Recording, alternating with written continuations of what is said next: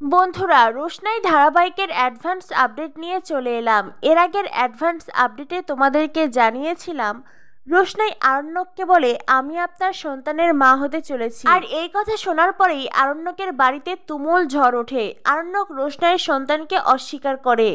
রোশনাই আরণ্যককে সাফ জানিয়ে দেয়, স্যারজি, আপনি যদি আমার সন্তানকে স্বীকৃতি না দেন তো আমি এই বাড়ি ছেড়ে কোথাও যাব না।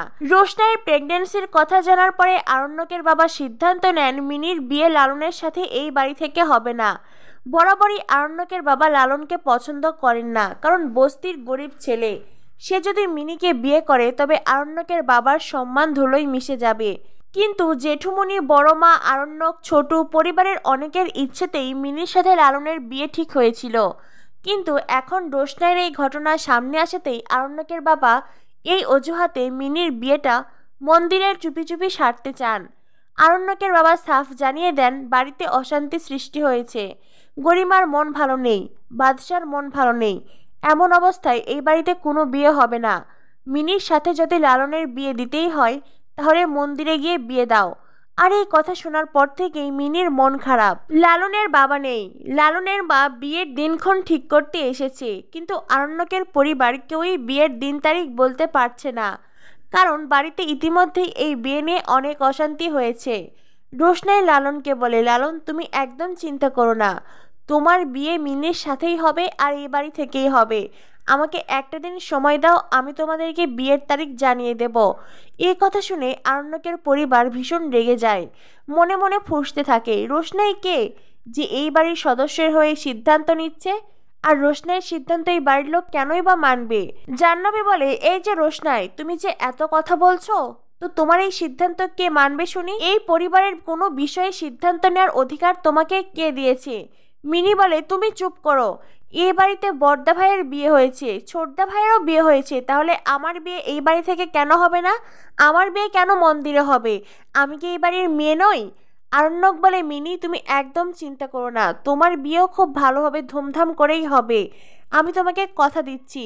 রোশনাইও মিনিকে আশ্বস্ত করে। রোশনাই বলে, মিনি, তুমি একদম চিন্তা করো না, এই বাড়ির প্রত্যেকের যেমন ধুমধাম করে বিয়ে হয়েছে তোমারও হবে, আমি দায়িত্ব নিচ্ছি।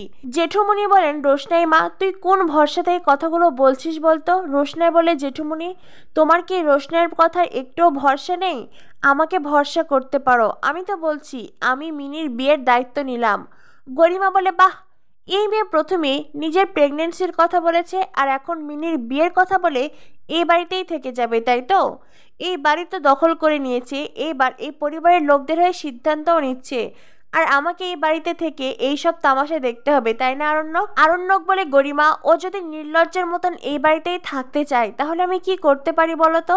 তবে হ্যাঁ, আমি একটা সিদ্ধান্ত নিয়েছি, রোশনাই যে কদিন এ বাড়িতে থাকবে আমি বরং তোমার সাথে তোমার মায়ের বাড়ি গিয়ে থাকবো।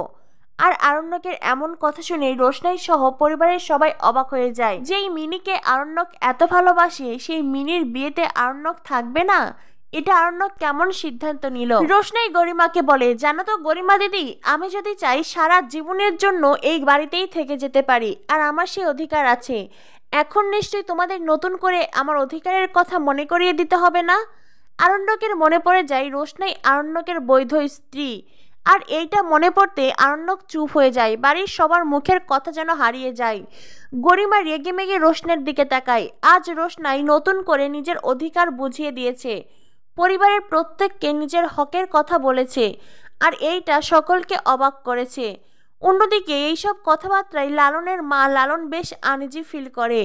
লালনের মা চোখের ইশারা করতেই লালন বলে, ঠিক আছে, আমার মনে হয় এখন এখানে আমাদের না থাকাই ভালো, আমরা তবে আসছি। আপনারা বরং বিয়ের দিনক্ষণ তারিখ আর বিয়েটা কোথায় হবে সেটা জানিয়ে দেবেন। এই বলে লালন তার মাকে নিয়ে চলে যেতে চায়। তখনই বড় মা বলেন, আপনারা তো কিছুই মুখে তুললেন না, একটু মিষ্টি মুখ করলেন না। লালন বলে, না না, ঠিক আছে।